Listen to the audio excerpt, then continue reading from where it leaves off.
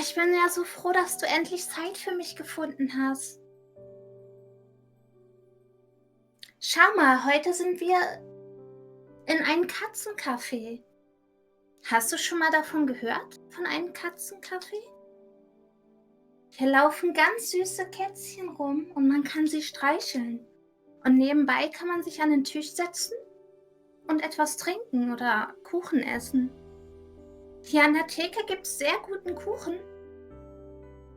Also ich würde sagen, lass uns doch einfach mal da hinten hinsetzen.